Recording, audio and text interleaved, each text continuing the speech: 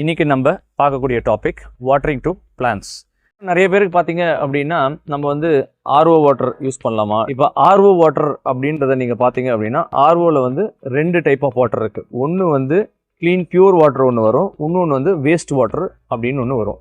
அப்போ இந்த clean RO வாட்டரை நம்ம யூஸ் பண்ணலாமான்னா யூஸ் பண்ணலாம். ஆனால் எந்த ஒரு வாட்டர் எடுத்தீங்க அப்படின்னாலும் அந்த வாட்டரில் வந்து ஒரு சில எலமெண்ட்ஸ் மிக்ஸ் ஆகிருக்கும். சே ஃபார் எக்ஸாம்பிள் காப்பர் இருக்கலாம், மாலிபெண்டம் இருக்கலாம், அயன் இருக்கலாம், கால்சியம் இருக்கலாம்.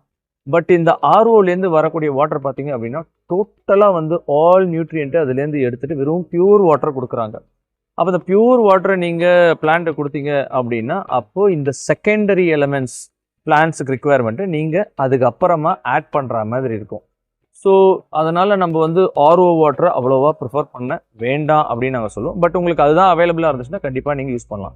இதே அந்த ஆர்ஓ வாட்டருடைய ரிஜெக்டட் அந்த தேவையில்லாத வாட்டர்னு ஒன்று வெளியில் விடுறாங்க பார்த்தீங்கன்னா, கண்டிப்பாக அதை வந்து நம்ம வந்து யூஸ் பண்ணவே கூடாது.